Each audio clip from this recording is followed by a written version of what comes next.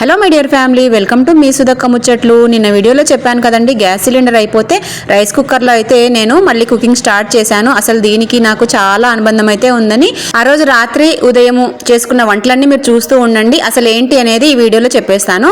2016లో మా వారు జాబ్ రీత్యా పుట్టపర్తి చేరాల్సి వచ్చిందండి. ఇక సరేలే అని చెప్పి ఫస్ట్ అయితే ఏం సామాన్ తీసుకొని పోకుండా వెళ్ళారు. కానీ క్యాంటీన్ ఫుడ్ అది సరిగ్గా నచ్చక మళ్ళీ అయితే ఈ రైస్ కుక్కర్, ఒక ఇండక్షన్ స్టవ్ కొన్నారు. కొన్న వెంటనే 4 గిన్నెలు అయితే కొరియర్ చేయమంటే ఒక 4 గిన్నెలు అనేవి ఇండక్షన్ మీదకి సరిపోయేలాగా పల్చగా ఉండే గిన్నెలు, అలానే 2 గ్లాసులు, ఈ విధంగా అయితే అన్ని 2, 3 ఇదే లెక్కతో అయితే పంపించానండి.